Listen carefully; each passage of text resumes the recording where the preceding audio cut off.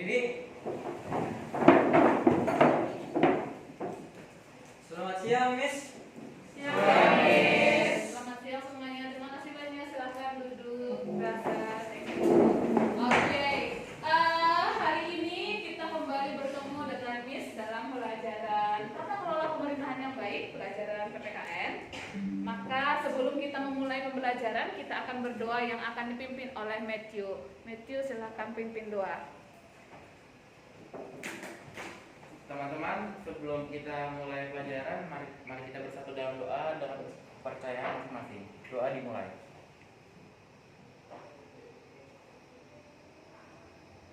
Doa selesai. Thank you, Matthew. Baik. Bagaimana kabarnya semuanya? Berasa?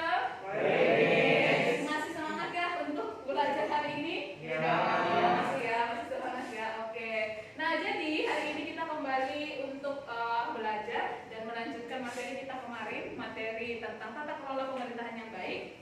Tapi sebelumnya Miss tanya dulu nih, Melvin, Ya. apakah ada yang sudah hadir pada hari ini? Untuk hari ini yang tidak hadir dari yang kuliah ada Radit sama Michelle. Radit dan Michelle kenapa ya, Nak?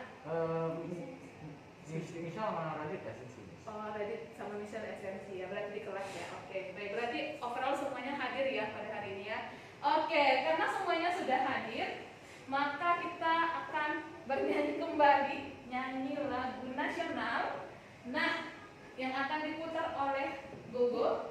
Gogo mohon untuk memutar videonya pada semua berasal. Tolong untuk berdiri. Nah, kita akan bernyanyi satu lagu nasional yang berjudul Bagimu Negeri.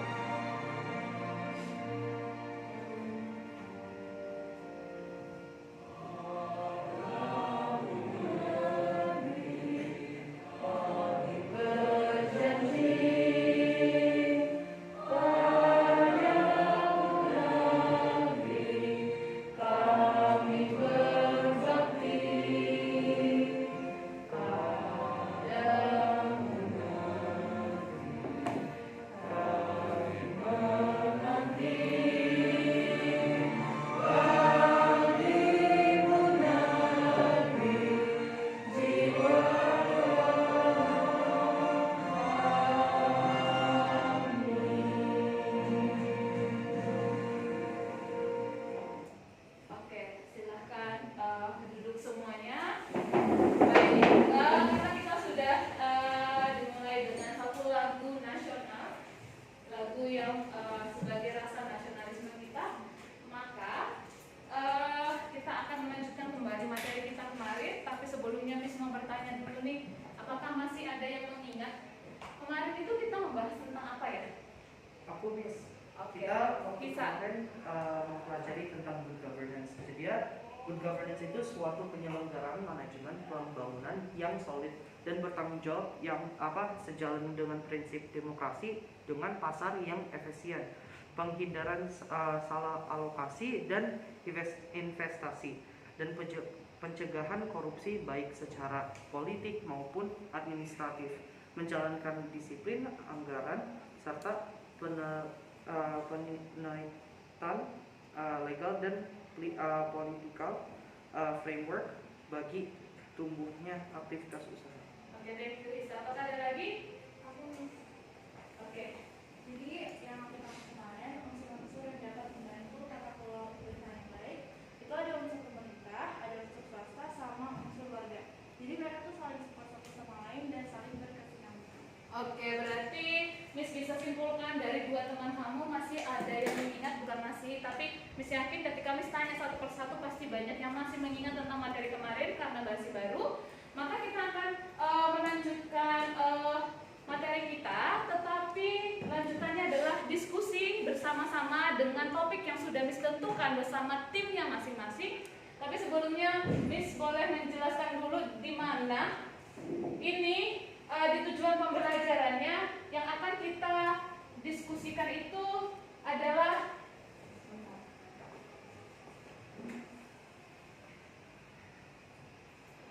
ya, yang akan kita diskusikan itu adalah yang ini berarti kita akan menyaji hasil analisis tentang tata kelola pemerintahan yang baik sampai nanti kepada mengkomunikasikan melalui diskusi dan presentasi. Apakah berasa sudah siap semuanya? Ya. Oke, kalau sudah siap, maka kita akan mulai presentasi, tetapi Miss berikan waktu kepada setiap tim untuk mengumpulkan di kuintal. Di kuintal penugasannya kan sudah ada kemarin penugasan di kuintal. Mohon untuk segera dikumpulkan. Apakah bisa dibuka aksesnya? Bisa dikirim. Bisa. Oke, dikirimkan di kuintal ya. Ini Miss akan membuka kembali kuintal Miss. Miss kasih waktu paling lama 10 menit untuk setiap kelompok diharapkan sudah bisa dibuka, sudah ada yang bisa dibuka aksesnya supaya kita bisa membahas bersama-sama diskusi yang kemarin.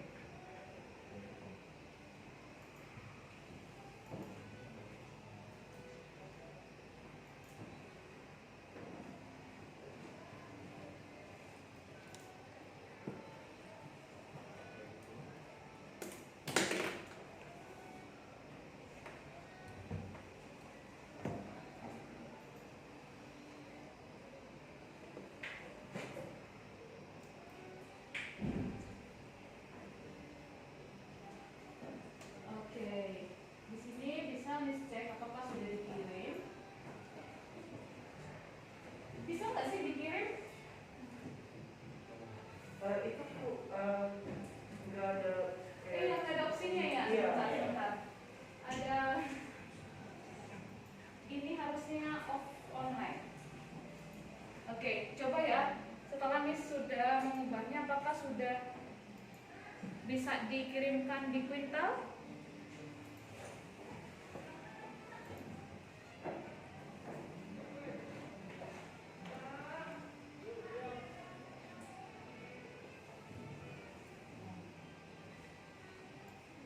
Udah ya, berarti udah ada nih pengumpulan untuk semua file.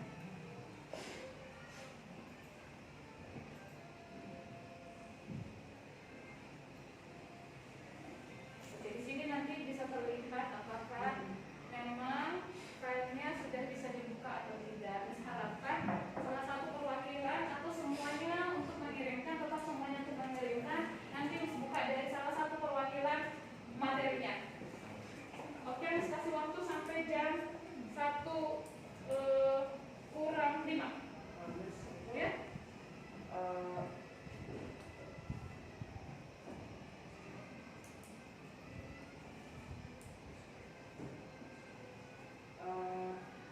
Semua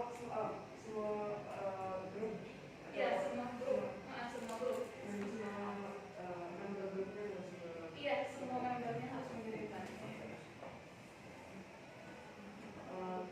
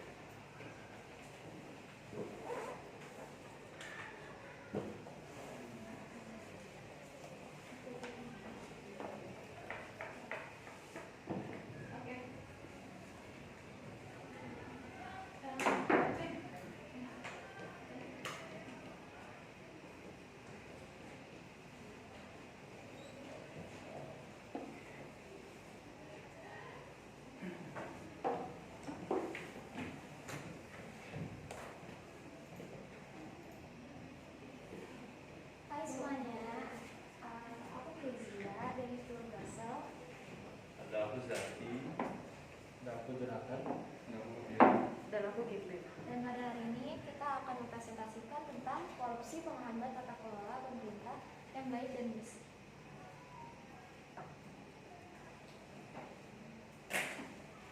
Explanation. Korupsi merupakan tindakan yang merugikan masyarakat banyak.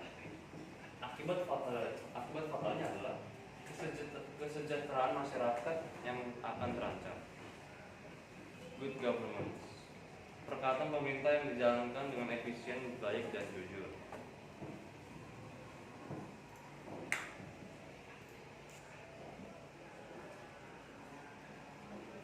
Korupsi. Penyebabnya adalah faktor ekonomi sering dianggap sebagai penyebab utama korupsi.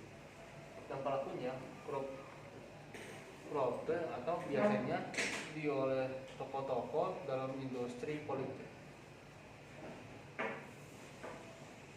Kerugian. Korupsi mengakibatkan melambatnya pertumbuhan ekonomi negara, menurunnya investasi, meningkatnya kemiskinan serta meningkatnya ketimpangan pendapatan. Korupsi juga dapat menurunkan tingkat kebahagiaan masyarakat di suatu negara. Solusinya adalah memperbaiki sistem dan memantau pengaduan masyarakat, pemberlakuan kewajiban pelaporan investasi, pelaporan harta pribadi, pemegang kekuasaan dan fungsi publik. Dan itu saja dari kami. Maaf jika ada pertanyaan yang salah. Oke. Apakah ada yang mau bertanya? Kepada kelompok 1?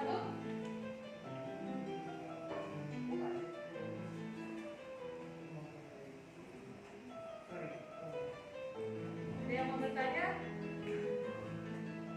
Oke, silakan naik. Ada naik. Ya. Nunggu bela selesai dulu apa mau? Apa? Nunggu bela selesai dulu sih. Sabar. Langsung aja ya. Jadi aku mau nanya, kayak kemarin kasus yang aku bahas itu kan ada polisi yang masih menjadi polisi aktif bahkan setelah dia selesai masa penjaranya setelah dia korupsi. Menurut kalian, jadi gimana kalau misalkan orang sudah melakukan korupsi, nah jadi narapidana segala macam, apakah masih bisa aktif menjadi pekerjaannya kembali, kayak contohnya aktif berseragam menjadi polisi atau apapun pekerjaannya, apakah menurut kalian berhak untuk melanjutkan kembali pekerjaannya atau gimana? Aku nanya pendapatnya aja sih. Oke, bagaimana pendapat kalian tentang polisi yang sudah melakukan kesalahan korupsi, tapi apakah masih bisa aktif? Harusnya bagaimana? Dan sebenarnya seperti apa? Ya menurut aku dan menurut kita itu kita ini harus nggak boleh ya, karena itu tuh udah apa ya, merusak nama polisi tersebut. Jadi itu kayak mungkin warga bisa aja jadi nggak percaya lagi sama polisi. Dan itu ya itu merupakan tindakan buruk jika polisi itu dilanjutkan untuk jadi polisi lagi. Ada yang mau menambahkan? Dari timnya? Tindakan apa yang bisa dilakukan kalau misalnya ada kasus-kasus seperti itu? Oleh Ya oleh pemerintah atau oleh apapun yang bisa melawan hal-hal seperti itu. Pokoknya dikeluarin aja sih dari industri itu, soalnya Nah, kan emang enggak harusnya istilahnya ya, kalau misalnya dikeluarin tuh dari industri, nama polisi itu masih jelek dong, karena satu orang itu yang melakukan tindakan yang tidak baik, tidak bagus kan. ya. Nah, artinya reputasi polisi itu bisa rusak karena itu. Nah, aku mau nanya, mungkin biar hal-hal seperti kayak gini tuh tidak terjadi lagi, bagaimana? Ya, polisi harus lebih tegas ya. Polisi harus lebih tegas ya, dan mungkin bisa jadi apa ya, belajar dari kesalahannya gitu. Dan ya itu aja sih dari aku. Oke, aku melanjut pembahasan yang tadi. Karena menurut aku kenapa tidak semudah itu memecat orang tersebut? Karena kan ini dia contohnya ya, kita ambil contoh lagi polisi. Polisi ini contohnya mereka punya rahasia-rahasia tentang negara yang sudah dia tahu dan kemudian dia melakukan korupsi segala macam, tidak semudah itu untuk mengeluarkan dia begitu saja. Makanya ada yang kemarin masih tetap menjadi polisi aktif meskipun udah selesai dari masalah udah sempat di penjara gitu. Nah menurut kalian gimana cara meyakinkan masyarakat bahwa kalau misalkan polisi itu nggak kayak gitu, karena kan benar kata Gogo tadi pasti merusak reputasi tidak hanya kepada satu orang itu, pasti ke semuanya. Nah gimana tuh cara meyakinkan masyarakat kembali bahwa hal tersebut tidak akan terulang lagi? Bagaimana? Ya itu tadi ya, polisi harus lebih tegas lagi dan Harus lebih setia. dan setia, dan mungkin polisi bisa mungkin lebih mengayomi lagi ke masyarakatnya gitu. Jadi ya itu sih dari aku ya. Gimana yang lain? Karena yang lain Ada mau tambahan? Ada tambahan? Oke, mungkin ada tambahan dari sini dari teman-temannya? Menambahkan? Aku mau coba nambah. Iya, silahkan. Kan kalau misalnya reputasi polisi itu, kalau misalnya ada koruptor seperti ini atau polisi yang tidak bertindak baik, pasti bakal dikeluarkan kan dari organisasi itu. Tapi tadi ya yang lebih parah tuh reputasinya bakal jelek ya kan. Nah mungkin yang bisa dilakukan tuh prevensi, atau misalnya apa yang bisa dilakukan supaya hal-hal seperti ini nih nggak dilaku lagi, nggak terjadi lagi gitu istilahnya kan. Karena kalau misalnya udah ada kasus kayak gini bakal jelek mulu gitu, bakal lama nama baik dia diharumkan lagi gitu. Nah itu kan persoalan kayak tentang mencemarkan nama baik, itu juga cara untuk ngebangun lagi kayak trust gitu ya, gain trust ke masyarakatnya lagi, ke society. Itu caranya gimana gitu loh, karena kalau misalnya udah hancur ya juga nggak ada yang mau percaya juga kan. Jadi kayak ngebangunin kepercayaan sama masyarakat lagi, itu caranya gimana gitu. Kalian boleh tolong jelaskan lebih lagi? Ya mungkin itu kan berarti kan korupsi ya. Itu mungkin anggaran di korupsi untuk misalkan membangun apa gitu. Nah itu berarti berarti polisi itu harus menggunakan anggaran tersebut yang yang lebih baik lagi gitu. Itu mungkin dengan cara mempublikasi kali ya. Iya, publikasi biar kita nih kerja gitu. Kita nih kita nih anggaran nih kalian bayar pajak tuh ya buat ini gitu, buat bangun apa, mungkin buat jembatan atau rumah sakit dan keperluan lain-lain gitu. Aku mau satu lagi ya pertanyaan ya. Satu lagi aja. Ini terkait dengan polisi juga ya. Ada banyak warga pernah mereka pakai argumen kalau misalnya mereka tuh bayar gaji polisi ya kan, pasti mereka bakal marah banget kalau misalnya ternyata ada koruptor di dalam organisasi polisi gitu. Nah menurut kalian tuh warga susah istilahnya trust polisinya lagi atau enggak? Bakal dibayar mulu atau enggak gitu? Ya pasti kalau misalnya udah terjadi korupsi pasti kan orang jadi malas bayar lagi. Iya. Karena kayak apaan sih masa duit kita dibuat jajan mereka gitu kan. Jadi iya bener sih, harus lebih pengawasan lagi di atasannya. Dan ya mungkin ya harus benar-benar perhatiin banget, terus dijaga banget. Citra baik sekolah, citra baik polisi. Yes, thank you Pak. Oke, Miss menambahkan gini, menghadapi seperti itu ya memang kita harus memilih kualitas orang-orang yang akan masuk menjadi aparatnya. Dari situ yang pertama gitu, Iya, preventifnya, pencegahannya.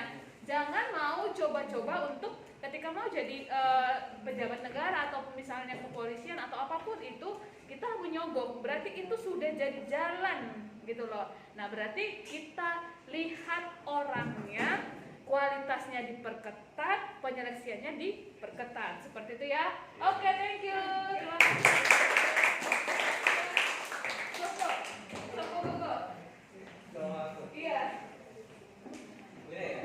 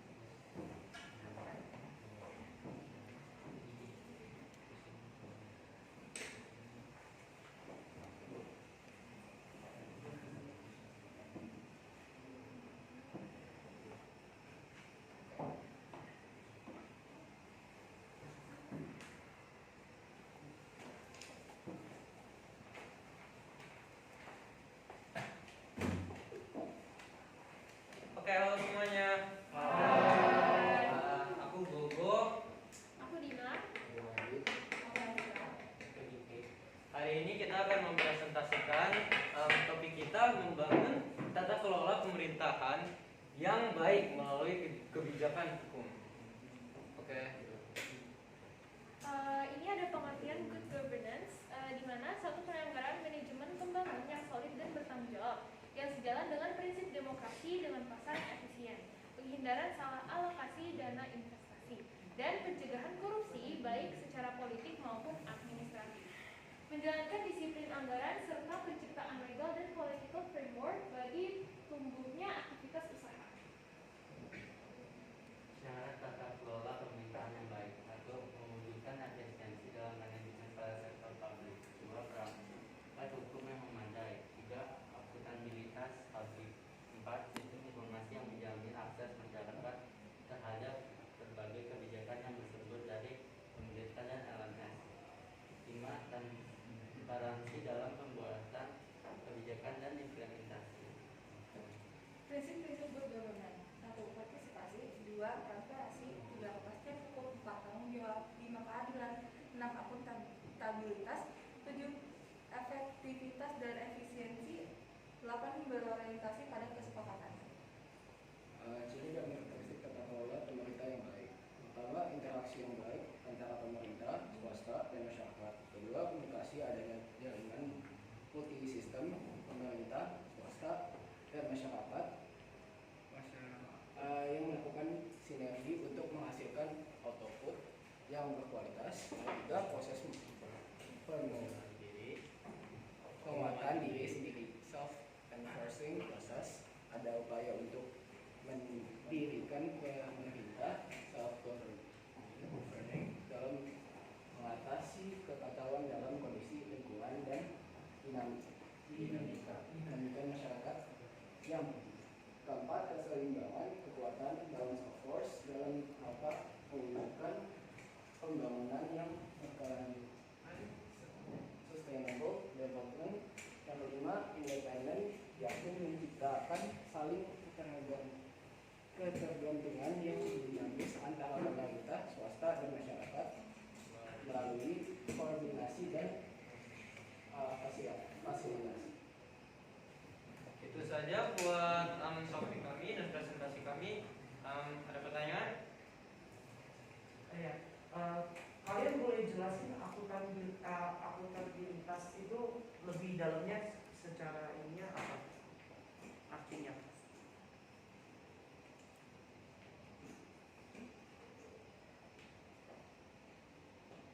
Oke.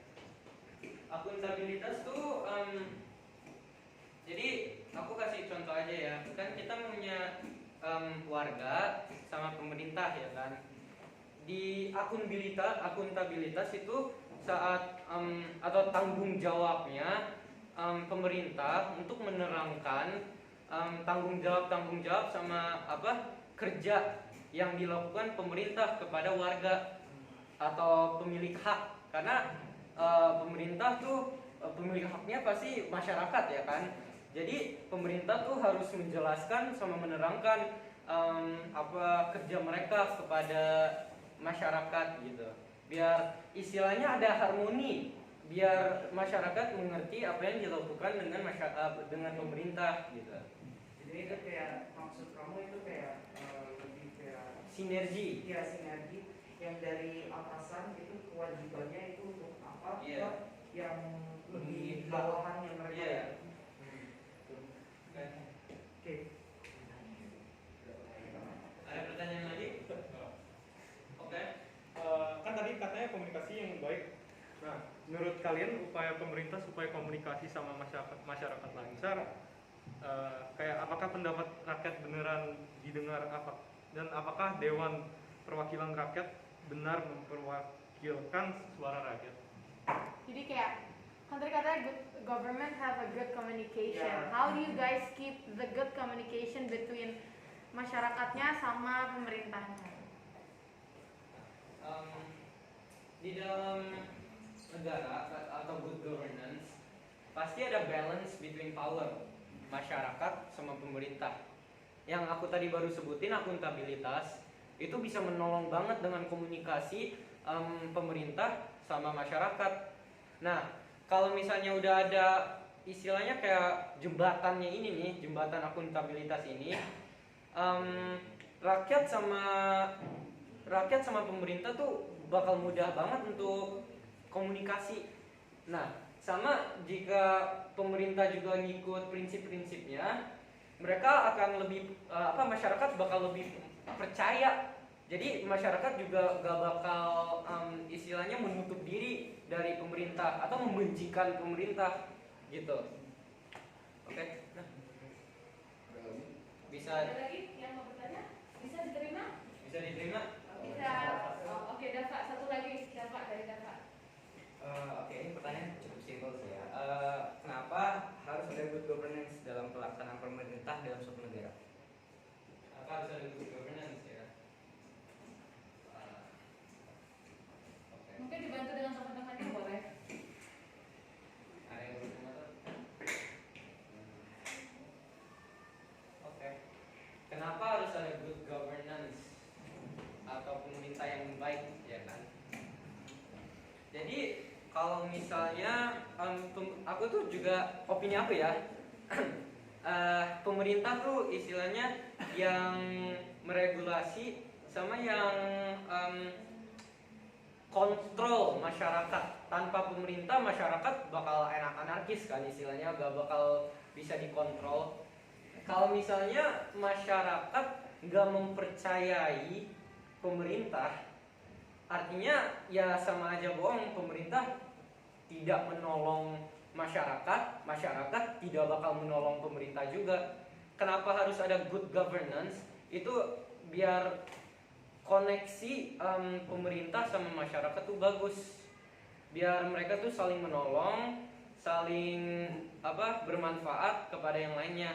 Jadi dua pihak di dalam negara ini nih mendapatkan apa yang mereka perlukan gitu. Agar membantu. Agar negara itu saling lebih- membantu.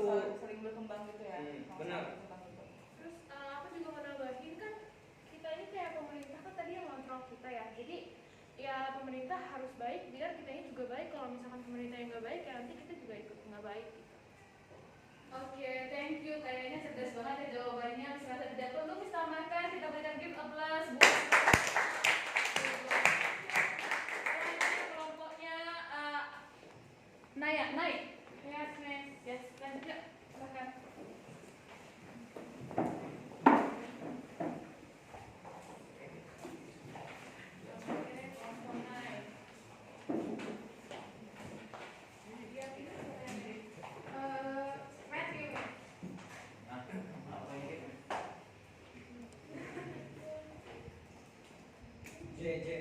Cuma dua.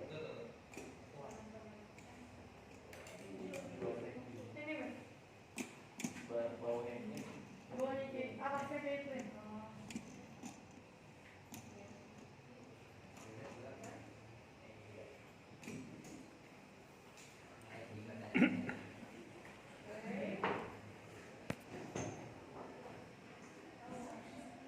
Kayak tadi aja bisa.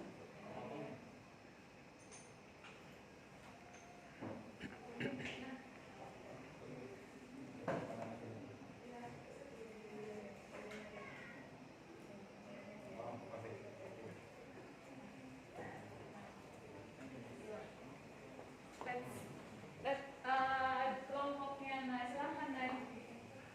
Oke, hai guys, good evening. Jadi hari ini kita mau berdiskusi tentang pemanfaatan TIK untuk tata kerja pemerintahan. Jadi di sini aku mau mempresentasikan hasil prestasi yang kita buat. Nah, kita nanti episode kita diskusikan saja. Jadi yang mau bertanya-tanya boleh dong nanti. Oke, jadi pertama-tama cara kerja pemerintahan. Pandemi COVID-19 telah mendorong pemerintah untuk mengubah tata cara kerja dengan lebih canggih. Salah satunya adalah dengan bagaimana pemerintah pemanfaatan teknologi yang merupakan inovasi dalam upaya mensiasati keterbatasan bertemu langsung dengan masyarakat, namun tetap menjalankan fungsi pemerintah sebagai pemberi layanan. Jadi, walaupun lagi di tengah pandemi COVID, mau bagaimanapun pemerintah harus tetap menyediakan layanan untuk masyarakat secara online. Oke, penggunaan teknologi yang dilakukan itu teknologi informasi dan komunikasi yang dikembangkan dalam pemerintah pemerintah atau yang disebut e-government membuat masyarakat semakin mudah dalam mengakses kebijakan pemerintah sehingga program yang dicanangkan pemerintah dapat berjalan dengan lancar. Terdapat 3 bentuk hubungan yang dikenal dalam pemanfaatan TIK di bidang pemerintahan, yaitu government to civil or G2C, government to business G2B, serta government to government G2G. Sedangkan pemanfaatan TIK untuk hubungan pemerintah dengan masyarakat G2C adalah pemanfaatan TIK untuk melayani kebutuhan luas seperti menghubungkan keperluan penduduk, bisnis, dan kegiatan lainnya seperti penjelasan yang tadi. Jadi 4 metode ini tuh it works for everyone di Indonesia. Jadi not only buat masyarakat, but goes buat government-nya juga dan atau buat bisnis-bisnis yang tentunya of course harus dilakukan secara online semenjak COVID. Dan aku rasa ini bukan jadi cuman pas COVID doang, ini jadi berkelanjutan, which is sangat bagus menurut aku karena semuanya jadi lebih berkembang. Oke, next. Nah, ini adalah layanan online yang disediakan oleh pemerintah, yaitu satu paspor online, terus e-samsat, e-billing, terus daftar BPJS online, lalu layanan aspirasi dan pengaduan online rakyat atau lapor, lalu daftar NPWP online, dan daftar BPJS ketenaga kerjaan online.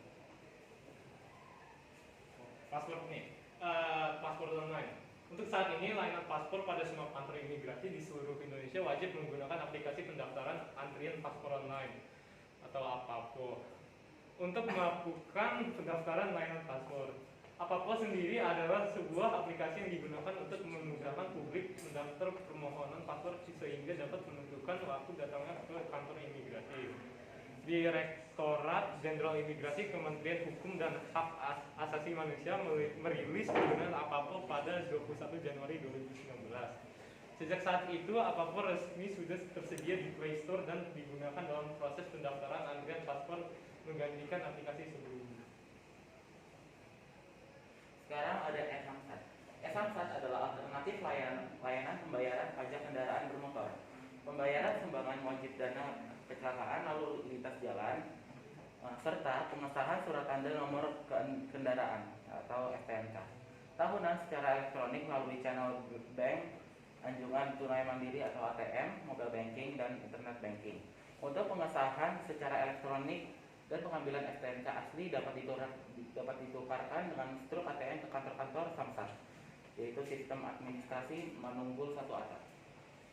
Sekarang ada e-billing. E-billing adalah aplikasi milik Direktorat Jenderal Pajak yang membuat wajib pajak bisa membayar pajak kapanpun dan dimanapun secara 24 jam setiap hari dengan mengisi dan melengkapi surat setoran pajak (SPP) elektronik pada aplikasi. Setelah proses pengisian SPP, wajib pajak akan diberi ID billing untuk pembayaran pajak baik melalui ATM terdekat maupun internet banking.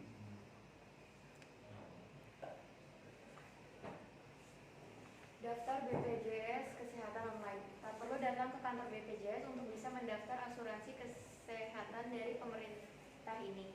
Cukup daftar via online. Semua beres dalam hitungan jam. Tak perlu antri dan jauh-jauh datang ke tempat layanan. Buka saja. Hal yang penting tentu mempersiapkan syarat-syarat untuk pendaftarannya seperti KK, KTP, NPWP, nomor rekening, nomor telepon, dan juga alamat email. Layanan aspirasi dan pengaduan online rakyat. Lapor ini tentu jadi sarana untuk aspirasi dan pengaduan yang bisa dilakukan secara online dengan mudah dan terpadu. Jika mengalami atau melihat sesuatu yang tidak beres dengan kerja pegawai pemerintahan, tak ada salahnya untuk melapor secara online melalui website ini. Daftar NPWP online. Tak perlu datang ke kantor BPJS untuk bisa mendaftar asuransi kesehatan dari pemerintah ini. Cukup daftar via online. Semua beres dalam hitungan jam. Tak perlu antri dan jauh-jauh datang ke tempat layanan. Buka saja. Hal yang penting tentu mempersiapkan syarat-syarat untuk pendaftaran seperti kartu keluarga, KTP, NPWP, nomor rekening, nomor telepon, dan juga alamat email. Nah, selanjutnya ada daftar BPJS Ketenagakerjaan secara online. Tidak beda jauh seperti pendaftaran BPJS Kesehatan, BPJS Ketenagakerjaan juga bisa dilakukan secara online. Bedanya, pendaftaran BPJS Ketenagakerjaan biasanya dilakukan oleh perusahaan dan bukan perorangan. Jadi bukan by orangnya sendiri tapi satu grup gitu. Adapun peserta BPJS Tenaga Kerja Luar Hubungan Kerja biasanya membentuk kelompok atau organisasi yang bekerja mandiri atau pekerja informal dengan jumlah minimal yakni 10 orang. Oke, that's it. Thank you.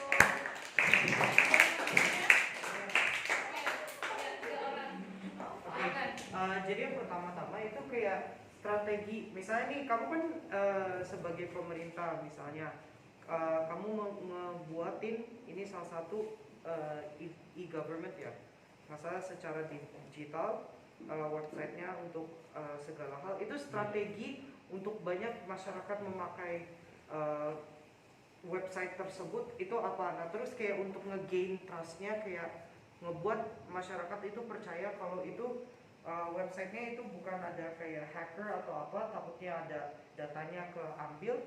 Itu caranya gimana gitu? Oke, aku boleh jawab. Nah, how to ask them to use it? Of course, tanpa diminta, karena sekarang atau kemarin ya pas masih pandemi COVID, karena itu mulai di apa ya, di istilahnya dibuat ulang, dibikin lebih bagus itu pas pandemi COVID. Tentunya orang membutuhkan itu. Jadi of course we have to pursue them to use it dengan cara mempromosikan dari IG, dari semua, dari media sosial ataupun apapun deh yang bisa dilakukan. Nah, tapi itu pun karena itu kebutuhan, jadi aku rasa mereka bakal menggunakannya of course pastinya. Karena dengan apalagi sekarang orang semua udah melakukan secara digital semua, secara online. Jadi menurut aku tanpa dipromosikan lebih ini mereka akan mencari tahu juga. Tapi ya of course untuk mengajak kita pasti aku yakin pemerintah pasti mempromosikan juga, kayak guys sekarang ada fitur ini loh, jadi kan nggak mesti ribet segala macam. Dan seperti yang tadi sebenarnya kayak paspor online itu emang udah harus daftar paspor, harus daftar online dulu baru datang ke sana, jadi nggak bisa langsung datang ke sana. Jadi of course itu pasti bakal berguna. Dan how to gain trust hacker segala macam, menurut aku kalau hacker ini kayak istilahnya gimana ya, ya itu balik lagi ke kepercayaan diri sendiri kan. Karena kayak of course government menyediakan ini buat kebutuhan mereka. Jadi kayak kalau masalah hacker itu inilah not it's very important, but like it's back to yourself again. Kayak karena ya of course ya secara logika aja ya pasti government want the best for their masyarakat sendiri. Ya. Oke, gimana bisa? Sudah tercukupi. Sudah. Oke, ada lagi? Ada? Boleh. Oke, Dava. Tadi kan kalian udah ngejelasin salah satu dari manfaatnya dan juga kemudahannya ya kan. Aku cuma mau nanya, simple sebenarnya. Kayak dilihat dari 2 tahun kebelakang, semasa-masa kita di semasa COVID ya. Itu kan mulai e-government sudah mulai kayak berkembang di mana-mana. Nah, aku pengen nanya kayak hambatan apa aja sih, kayak hambatan yang dialami oleh e-government yang bikin penerapan Indonesia ini menjadi berkurang atau apa aja? Kira-kira. Jadi Hambatannya itu banyak masyarakat yang kecil belum menggunakan teknologi. ya, contohnya di daerah-daerah kecil yang memang masih ada keterbatasan berteknologi. Tapi ya dengan cara itu kita bisa, contohnya pemerintah mendatangi sebuah desa, habis itu kita memberitahu oh ini teknologi itu gini sekarang. Dan menurut aku ini itu kebutuhan, tapi balik lagi kan kalau misalnya ada di sebuah desa yang emang katakan adatnya sendiri dan tidak mau berteknologi, tentu pemerintah harus tetap ada upaya secara offline. Jadi nggak bisa dong semuanya jadi online semua, dan ini tetap harus ada dalam online. Jadi adat tuh tetap ada, nggak semua tuh, semua culture tetap masih ada dan teknologi pun tetap maju. Jadi it goes how it goes. Jangan nggak semuanya jadi berubah jadi teknologi terus culture Indonesia jadi hilang, nggak kayak gitu. Tapi mungkin kalau hambatannya yaitu kayak contohnya dari orang tua juga ya, mungkin kan ada orang tua yang aduh ini gimana nih gitu-gitu ya. Nah itu tadi balik lagi ke pertanyaan pertama, pasti kita akan mempromosikan cara menggunakannya dan kita buat secara mudah. Kita bikinnya jangan yang ribet-ribet harus gini, kita buatnya secara simple lah. Jadi tampilannya simple, bisa digunakan oleh semua semua umur, di semua daerah segala macam. Of course kita bakal membuat gimana caranya biar ini tuh si e-government ini semua program-programnya ini gampang dipakai oleh semua masyarakat. Oke, yang aku simpulin berarti keterbatasan antara keterbatasan skill ataupun keterbatasan ekonomi dari setiap penggunanya, setiap masyarakatnya.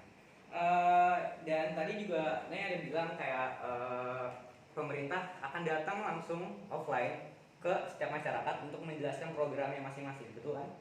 Oh, enggak kayak gitu, itu kan upayanya kalau misalkan di sebuah desa gitu.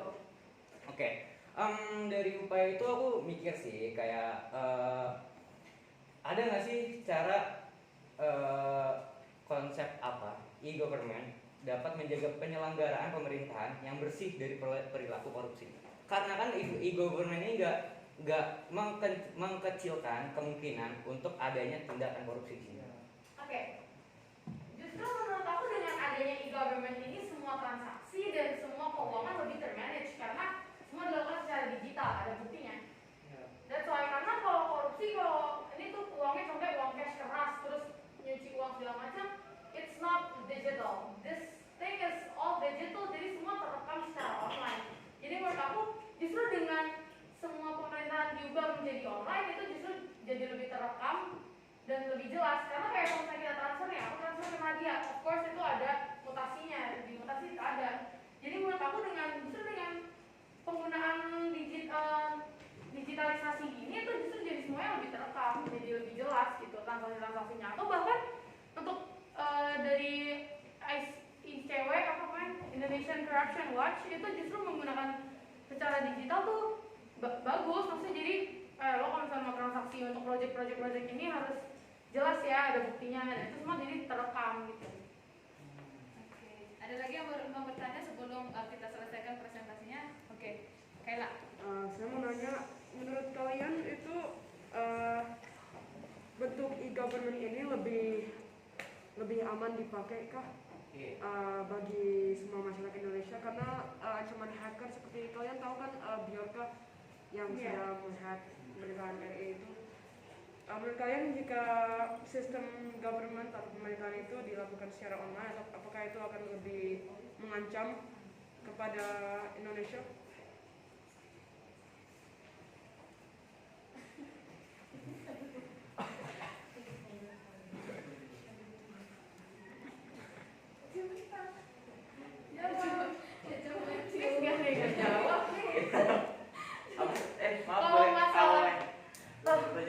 Kalau masalah hacker, ini menjawab dari jawaban Matthew, mungkin dia masih ragu jawabnya. Kalau dari masalah hacker itu urusan cyber police, dimana kayak kemarin tuh Bjorka juga of course diurusinnya sama polis cyber. Mungkin di sini of course karena ini semua secara teknologi, secara digital, pasti yang bekerja juga dari polisi cyber. Nah jadi udah itu lebih ditegaskan lagi ke cyber police untuk make sure that everything is safe for the government, for the masyarakat juga. Oke, bisa rasa cukup untuk presentasinya karena ini semakin panas ya presentasinya, semakin banyak pertanyaan. Bisa rasa kita cukupkan semua dulu presentasinya karena masih ada kegiatan lagi. Terima kasih banyak untuk kelompok ini teman-teman. Oke, dan sepertinya yang dua kelompok lagi pokoknya kita lanjutkan aja ya, kita lanjutkan kepada kegiatan selanjutnya. Kita akan sudah selesai dengan presentasi, maka sekarang Miss mau dua orang untuk menyimpulkan materi kita hari ini dari presentasi seluruhnya, apa yang bisa dijelaskan di depan. Silahkan, siapa? Saya. Oke. Kathleen, silahkan Kathleen. Bawa laptop ya. Dua kali.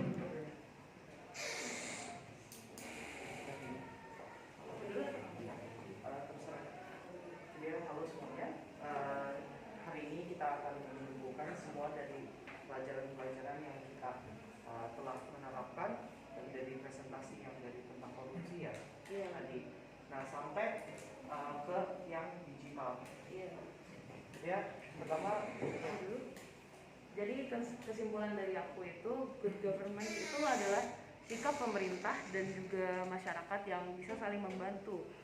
Ya walaupun pemerintah itu lebih ke mendominasi masyarakat atau kayak lebih mengatur masyarakat, kita itu masih bisa saling membantu gitu. Jadi pemerintah itu bisa memberi fasilitas atau keperluan yang kita perlu dalam kegiatan sehari-hari. Makanya good governance itu beneran penting juga untuk sebuah pemerintah untuk adakan gitu. Iya betul. Tapi walaupun kita mendapatkan fasilitas yang bagus, juga ada kayak hambatannya seperti korupsi. Kan dari presentasi yang pertama, korupsi itu bisa banget menghancur kepercayaan antara masyarakat dan pemerintah. Nah itu juga bisa menghambatkan uang kenegaraannya ya. Iya betul. Ya, jadi kayak sebenarnya itu untuk utang negara, terus untuk fasilitas yang lain itu, tapi malahan mereka mengambilnya sebagai uang pribadinya mereka. Nah itu kan secara tidak bagus, nggak boleh ya. Jadi makanya good governance harus ada juga gitu, untuk mencegah hal tersebut. Iya betul. Ya. Ada lagi? Kayak udah sih. Oke, terima kasih banyak.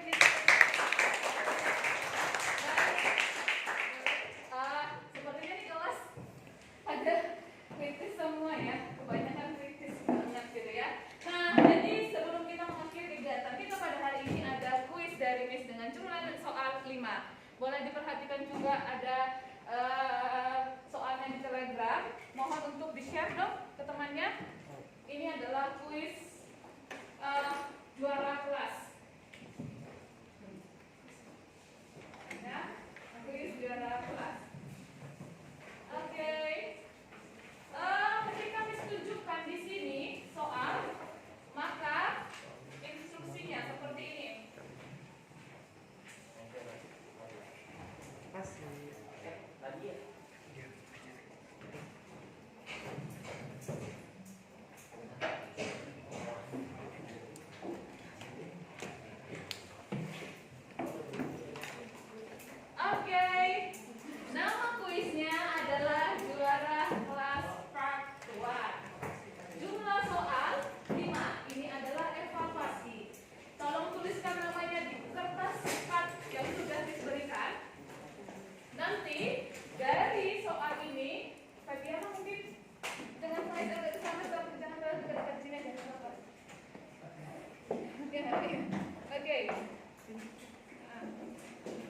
Nah, ini namanya adalah juara kelas. Miss akan langsung apa yang harus kalian lakukan setelah itu bacanya habis nih.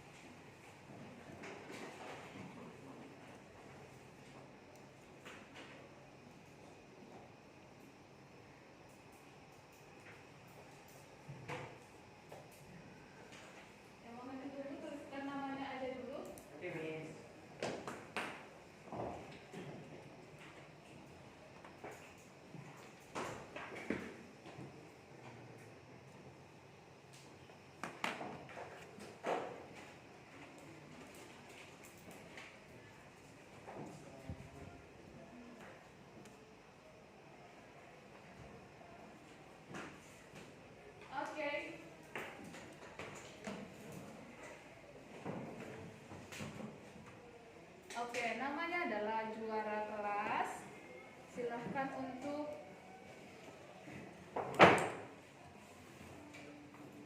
ya. Ini kenapa tidak terlihat ya?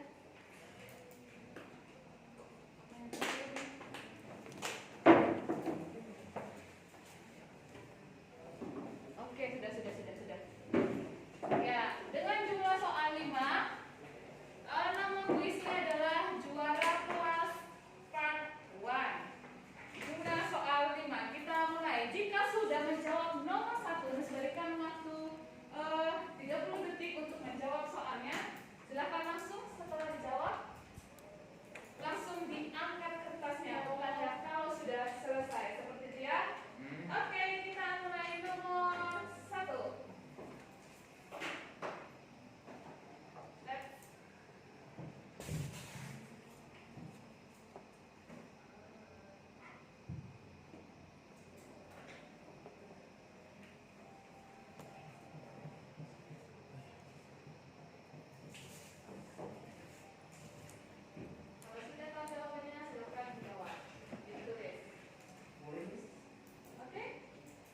Jawabannya itu. Bentar, itu kan tidak. Oh sorry, oke. Please, jangan keras. Iya. Keras yang sudah disebut judulnya nomor 1. Oke, Miss hitung 5, 4, 3, 2, 1 semuanya naik ke kertasnya dan jawabannya adalah apakah kalian benar? D. Benar? Oke, lanjut. Pertanyaan kedua. Yes, pertanyaan kedua.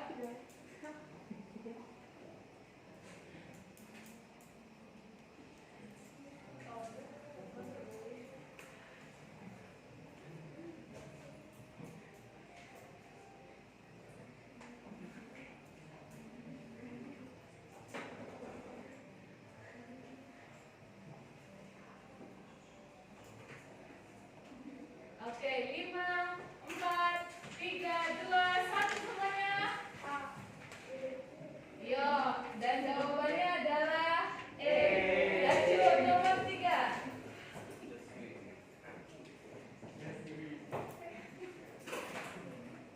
Nomor 3 silahkan soalnya adalah yang ini. Oke.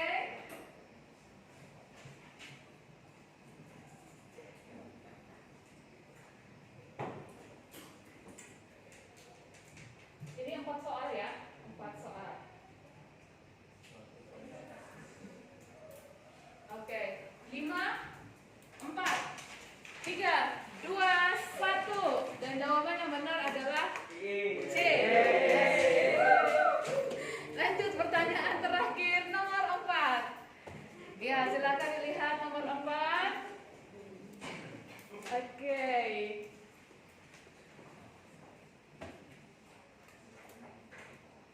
Ya, sudah?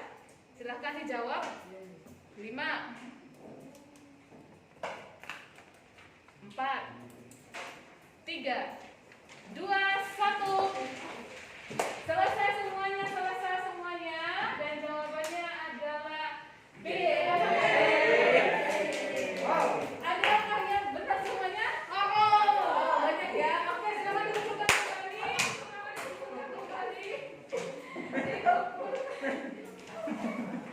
Silakan guys. Oke, kita mengakhiri dulu kegiatan kita.